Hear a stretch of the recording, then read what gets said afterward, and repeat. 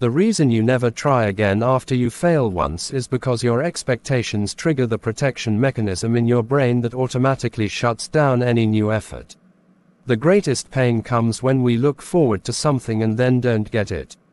The more we invest in that expectation, the greater the pain. That's because dopamine isn't released by the outcome, but during the anticipation. When reality aligns with prediction, you feel pleasure. But when it deviates, dopamine levels crash. And that gap between what we expect and what actually happens is what we experience as pain. And because this pain is so intense, the hippocampus stores it as a memory. Your goal and the effort cause pain instead of a reward. And every time you set a new goal with expectations, the hippocampus recognizes the pattern and your subconscious will do everything to stop you from even starting just to avoid the dopamine crash. That's why your expectations need to become hypotheses. It's no longer about achieving something. It's about observing what happens. The dopamine release is now linked to learning, and no matter if your hypothesis is accepted or rejected, you learn. This process gets rewarded and your brain starts supporting you trying over and over again. Every time you tell yourself, you need just a little more preparation, a little more time, a little more knowledge, your brain is sending you the best signal you could ever receive. The feeling of needing just a bit more before taking action is a survival mechanism. Your brain, specifically the amygdala, is hardwired to protect you from anything it perceives as a threat. It doesn't distinguish between physical danger and psychological discomfort. It treats both the same. And change is pure psychological discomfort. Because every time you change, a small part of your old self dies, which conflicts with the brain's primary task to protect you from death.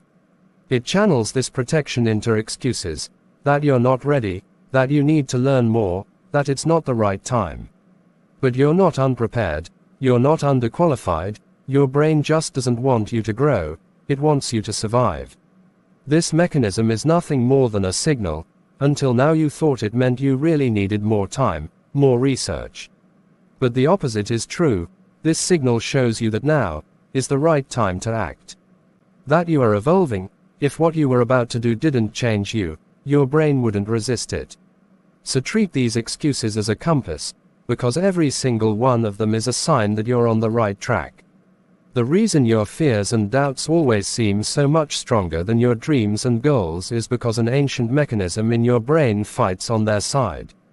It's called loss aversion, which states that the pain of losing $100 is about twice as intense as the pleasure of gaining $100. Evolutionary scene, losing resources could mean death, while additional gains were optional. But it doesn't just apply to resources, it applies to everything, including failure and rejection. In addition, we assign utility points to every possible outcome of our actions, but our loss aversion distorts the scoreboard. You overvalue every possible negative outcome, regardless of the real risk.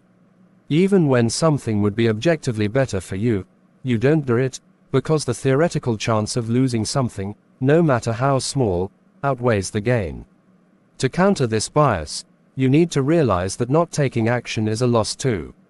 If you don't start your business now, you're losing the money you could potentially earn every single day. The same applies to every other goal you have.